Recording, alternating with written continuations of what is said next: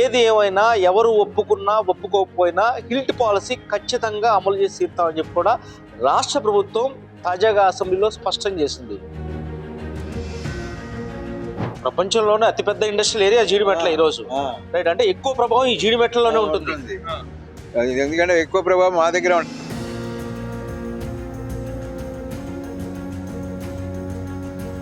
500 కోట్లు 1000 కోట్లు చేసే టర్నోవర్లు చేసేవాళ్ళు కూడా ఉన్నారు. అవి అంటే కెమికల్ యూనిట్.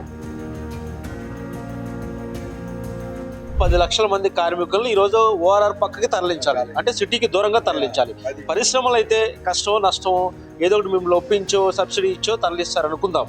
మరి 10 లక్షల మంది కార్మికుల పరిస్థితి ఏంటి? వాళ్ళు అక్కడికి వెళ్ళి ఎలా పనిచేస్తారు? కార్మికులు లేకుండా మీరు పరిశ్రమలు ఎలా నిర్వహిస్తారు? అదే మేము పరిశ్రమలు నడిపే పరిస్థితి లేదండి మీరు అన్న ప్రకారం. మా ఇండస్ట్రీయే కట్టుకోవాలా, వాళ్ళ కోసం ఏదైనా ఇన్ఫ్రాస్ట్రక్చర్ చేసి వాళ్ళకి ఉండడానికి రెసిడెన్షియల్ కావాలా, స్కూల్ కావాలి, రకరకాల ప్రాబ్లమ్స్ ఉన్నాయి. సొంతంగా ఎంప్లాయ్మెంట్ సృష్టించుకొని ఒక్కొక్కరు 25 నుంచి 30 మంది 40 మంది 100-200 మంది గవర్నమెంట్ మీద ఆధారపడకుండా గవర్నమెంట్ జిఎస్టీ కడుతూ ఇన్కమ్ ట్యాక్స్ కడుతూ ఇవన్నీ చేస్తున్నాం. ఎంత చేస్తున్నా కూడా మా మీదనే అరాచ్మెంట్ గవర్నమెంట్.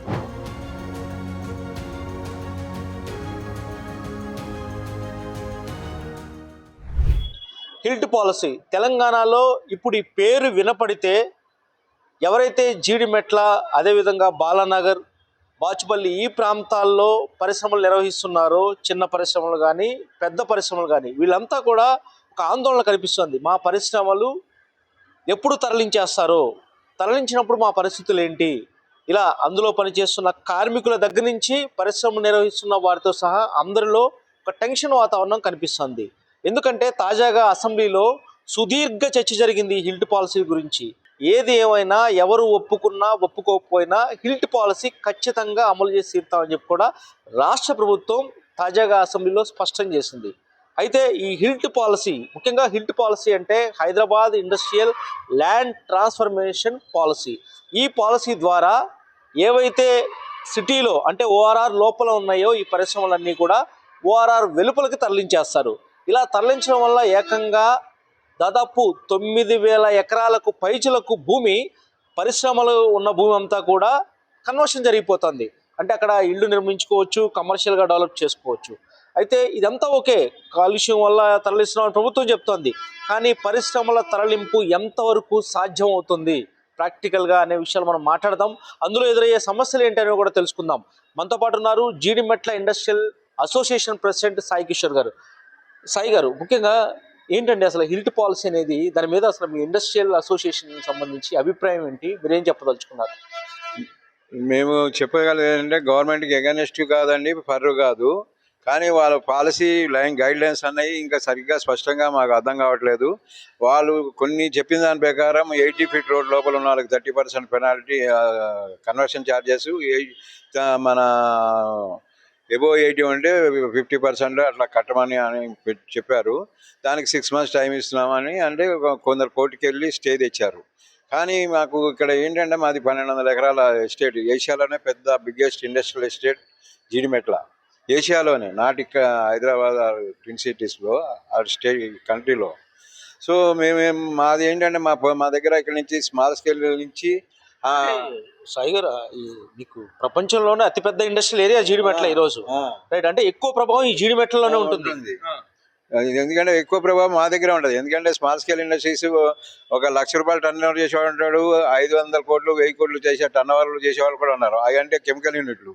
ఆ కెమికల్ యూనిట్ల వలన మాకు వాళ్ళని ఎప్పుడో రెడ్ జోన్ కింద డిక్లేర్ చేసి, రెడ్, ఆరెంజ్, గ్రీన్ అని చేసి ఆ రెడ్ జోన్ వాళ్ళకి నోటీస్ ఇచ్చి ఒక 15 ఏళ్ళు అయింది. వాళ్ళు ఇంతవరకు తరలిపోవడానికి సిద్ధంగా లేరు. ఎందుకంటే వాళ్ళకి ఫార్మేషన్ దాంట్లో ఇస్తా అని వాళ్ళకి ల్యాండ్ ఇచ్చి ఇప్పుడు ఏమో ఫ్యూచర్ సిటీకి మార్చేస్తున్నారు. సో వాళ్ళు ఏమంటారంటే మాకు మిషనరీ అన్ని సరించి మా వర్కర్ని తీసుకుపోవాలంటే మాకు ఇన్ఫ్రాస్ట్రక్చరు, మా లేబర్కి కాలనీ అన్నీ కట్టాలి, అప్పుడే మేము తరలిస్తాము, మాకు సబ్సిడీ కూడా ఇవ్వాలి, ఎంత ఇస్తారని చెప్పమంటున్నారు. మీటింగ్లు పిలుస్తారు, వాళ్ళు కంక్లూడ్ చేయకుండా పంపిస్తున్నారు. ఇప్పుడేమో ఇక కంపల్సరీ చేశారు. హిల్ట్ పాలసీ వలన మీరు ఇట్లా ఉంటే కట్టేసి వెళ్ళిపోవాలి, ఆ ఓఆర్ దగ్గరికి వెళ్ళాలన్నారు. ఇప్పుడు ఓఆర్ఆర్ దగ్గరికి బయటకు వెళ్తే గవర్నమెంట్ రేట్లే ఒక్కొక్క ఎకరానికి 2.5 కోట్లు 3 కోట్ల రూపాయలు ఉన్నాయి. గవర్నమెంట్ రేటే, ప్రైవేట్ ల్యాండ్ కాదు. మరి గవర్నమెంట్ 3 కోట్లు పెడితే స్మాల్ అండ్ మీడియం స్కేల్ ఎట్లా కొంటాడు ల్యాండ్ అక్కడ? మీరు మరి మాకు ఏమి స్మాల్ అండ్ మీడియం వాళ్ళకి ఏమి ఇస్తున్నారు? మీరు సబ్సిడీ ఇస్తారా, ఏమి ఇస్తారా అనేది గైడ్లైన్స్లో ఇది చేయలేదు. మాకు గైడ్లైన్స్ అన్నది చెప్పి ఇగో ఇవి ఉన్నాయి, మీకు బెనిఫిట్ ఇస్తాము, ఈ బెనిఫిట్ ఇస్తే అంటే వస్తారు. మమ్మల్ని కమర్షియల్గా అంటున్నారు, రెసిడెన్షియల్ అంటున్నారు. అది అంతవరకు ఓకే. కానీ ఇక్కడ మా జీడిమెట్ల వరకు ఈ రెడ్ జోన్ వలన 2000 ఫీట్ వరకు ల్యాండ్ పొల్యూట్ అయిపోయి ఉంది.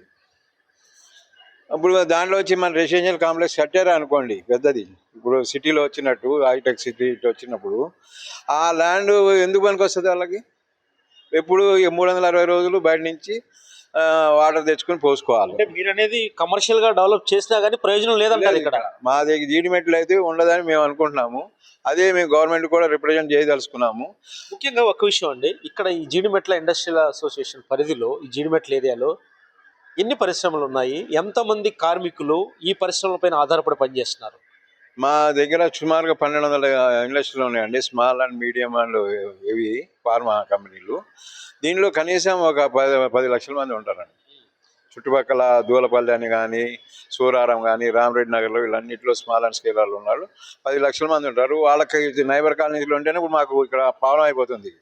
వాళ్ళు వచ్చి మీ దగ్గర మీ పోలీసు వాళ్ళు మాకు ఇది వస్తుందని కొట్టుకోవడం, మా వాళ్ళు ఏదైనా పని చేయాలంటే మీరు చెత్త వేయద్దండి, మా దాంట్లో తెచ్చి చెత్త వేస్తుంటే మీరు చేసే పొల్యూషన్ కానీ ఇది ఎక్కువ పొల్యూషనా? 1200 పరిశ్రమలు 10 లక్షల మంది కార్మికులను ఈ రోజు ఓఆర్ఆర్ పక్కకి తరలించాలి, అంటే సిటీకి దూరంగా తరలించాలి. పరిశ్రమలు అయితే కష్టమో నష్టమో ఏదో ఒకటి మిమ్మల్ని ఒప్పించో సబ్సిడీ ఇచ్చో తరలిస్తారు అనుకుందాం. మరి 10 లక్షల మంది కార్మికుల పరిస్థితి ఏంటి? వాళ్ళు అక్కడికి వెళ్ళి ఎలా పనిచేస్తారు? కార్మికులు లేకుండా మీరు పరిశ్రమలు ఎలా నిర్వహిస్తారు? అదే మేము పరిశ్రమలు నడిపే పరిస్థితి లేదండి. మీరు అన్న ప్రకారము 10-12 కిలోమీటర్లు ఇప్పుడు దూరం వెళ్ళాలి. అంటే ఇక్కడ ఓఆర్ దగ్గరికి, అక్కడి నుంచి మనం మాకు ల్యాండ్ ఎక్కడ వస్తుందో తెలియదు. ఆ ల్యాండ్లో మాకు ఎంత ఇస్తారో తెలియదు, ఎంత సబ్సిడీ ఇస్తారో తెలియదు. సో ఒక గైడ్లైన్స్ అనేది పెట్టి గవర్నమెంట్ అసెంబ్లీలో చర్చ చేసింది, కానీ ఢిల్లీ లాగా పొల్యూషన్ రాకుండా చేస్తాము అని చెప్తున్నారు. మీరు ఎట్టి పరిస్థితుల్లో మేము వెళ్ళి తెస్తామన్నారు. మనము తెస్తామంటే మా కార్మికులకి మేము భరోసా ఇవ్వాలి. మీకు ఇల్లు కట్టిస్తాం, గవర్నమెంట్ కట్టిస్తారా, మీరు అక్కడికి వచ్చేయండి అని చెప్పగలిగే కెపాసిటీ మాకు ఆన్సర్ లేదు వాళ్ళు అడిగే క్వశ్చన్లకి. మీరు వాళ్ళందరినీ మేము సంజాయించి వాళ్ళ కోసం మేము మా ఇండస్ట్రీయే కట్టుకోవాలా, వాళ్ళ కోసం ఏదైనా ఇన్ఫ్రాస్ట్రక్చర్ చేసి వాళ్ళకి ఉండడానికి రెసిడెన్షియల్ కావాలా, స్కూల్ కావాలి, రకరకాల ప్రాబ్లమ్స్ ఉన్నాయి. మళ్ళీ అక్కడ డ్రైనేజ్ సిస్టమ్ ఉండాలి, బాత్రూమ్లు కానీ ఇంకోటి కానీ, ఇవన్నీ ఆలోచించకుండా చేస్తే, మూర్ఖంగా చేస్తే మాత్రం ఇది చాలా ప్రాబ్లం అయిపోతుంది, రివల్యూషన్ వస్తుంది.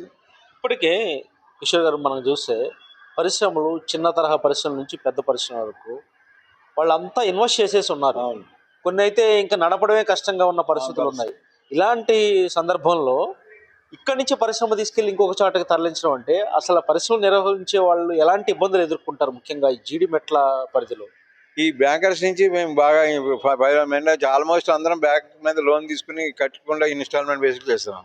గవర్నమెంట్ 2015-16లో ఇచ్చిన సబ్సిడీలు ఇంతవరకు సబ్సిడీ మీద వాళ్ళకి ఎవరికి ఇవ్వలేదు, కొత్తగా వచ్చిన వాళ్ళకి. కానీ మేమేంటంటే ఇప్పుడు సబ్సిడీ తీసుకుని మనం మళ్ళీ అక్కడ మేము కొత్తగా ఇన్వెస్ట్ చేయాలంటే ఇక్కడ మాకు ఇక్కడ వీళ్ళకి గవర్నమెంట్ కట్టాలి. అంటే వాళ్ళు మా ల్యాండ్ తీసేసుకోండి అన్న, మీరు కమర్షియల్ అమ్ముకోండి కానీ మాకు డబ్బులు ఇంత కట్టండి అని. నేను ఇందాక చెప్పినట్టు 80 ఫీట్ లోపల 30% ఏవో 80 ఫీట్ రోడ్డుకి ఇంత అని కట్టమని చెప్తున్నారు. అది కట్టి అక్కడ మళ్ళీ ల్యాండ్ కొని ల్యాండ్లో ఇన్ఫ్రాస్ట్రక్చర్ చేసి మా వర్కర్లకి ఎట్లా కూడా రెసిడెన్షియల్ ఏర్పాటు చేసి అన్నీ ఎక్కడ అవుతాయని మాకు ఇంకా క్లారిటీ రావట్లేదు. మేము గవర్నమెంట్ కోసం నుంచి గైడ్లైన్స్ ఎప్పుడు వస్తాయని వెయిట్ చూస్తున్నాం. దాన్ని బట్టి మా రియాక్షన్ ఉంటుంది. ఒకవేళ హిల్ట్ పాలసీ అమలు అవ్వాలి అంటే ముఖ్యంగా మీరు అంటున్నట్టుగా ఏషియాలోని అతిపెద్ద ఇండస్ట్రియల్ ఏరియా జీడిమెట్ల, ముఖ్యంగా మీరు ప్రెసిడెంట్గా ఉన్నారు. మీ డిమాండ్ ఏంటి? మీరు ప్రభుత్వాన్ని ఏమి కోరదలుచుకున్నారు? ప్రభుత్వం అయితే ముందుకెళ్ళిపోతామని చెప్తోంది హిల్ట్ పాలసీలో. ఎందుకంటే ప్రతిపక్షం ఒప్పుకున్నా ఒప్పుకోకపోయినా వాళ్ళు సహకరిస్తే సరే, సహకరించకపోతే హిల్ట్ పాలసీ అమలు చేస్తామంటున్నారు. మీ డిమాండ్ ఏంటి? మీరు ఏం చెప్పదలుచుకున్నారు? అదేనండి, నేను ప్రెసిడెంట్ అయినా నేను ఒక ఇండస్ట్రీ ఓనర్ని. నా దగ్గర ఒక 40 మంది 50 మంది పనిచేస్తున్నారు. వాళ్ళంతా మైగ్రేటెడ్ ఎంప్లాయీస్. వాళ్ళందరికీ మేము వాళ్ళకి పిల్లలు ఇక్కడ అందరినీ స్కూల్లో చేర్చి ఆయన చేసి అవన్నీ చేస్తున్నాం. ఇప్పుడు ఓఆర్కి ఇంకా ఎన్ని కిలోమీటర్ దూరం వెళ్తామో తెలియదు. అక్కడ వాళ్ళ స్కూల్ కోసం కానీ ఇంకోటి కానీ ఇన్ఫ్రాస్ట్రక్చర్ డ్రైనేజ్ సిస్టమ్ కానీ ఎట్లా చేస్తారు, ఎన్ని రోజుల్లో చేస్తారు, ఎన్ని నెలలు. ఇప్పుడు మాకు షిఫ్ట్ చేయడానికే ఒక 5-6 ఏళ్ళు పడుతుంది మాకు తెలిసి. మీ ఈ లోపల మరి గవర్నమెంట్ ఇవన్నీ డ్రైనేజ్ సిస్టమ్ అన్ని డెవలప్ చేస్తుందా చేయదా అవన్నీ మాకు గైడ్లైన్స్ అసలు ఇంతవరకు పేపర్లో ఎలక్ట్రిసిటీ సిస్టమ్ అంటున్నారు తప్పితే ఈ గైడ్లైన్స్ ఉన్నాయి, దీని గైడ్లైన్స్ వల్ల మీకు బెనిఫిట్స్ ఉన్నాయి, నష్టాలు ఉన్నాయి అంటే మేము చెప్పగలుగుతాం. మాకు చెప్పే క్వశ్చన్ ఆన్సర్ లేని క్వశ్చన్ ఇది మాకు. సో మేము దానికోసం వెయిట్ చేస్తున్నాము. అది రాగానే మా రియాక్షన్ ఇమీడియట్గా ఉంటుంది. అంటే 50 ఏళ్ల క్రితం హైదరాబాద్ వేరు, ఇప్పుడు హైదరాబాద్ వేరు అనేది ప్రభుత్వం చెప్తుంది.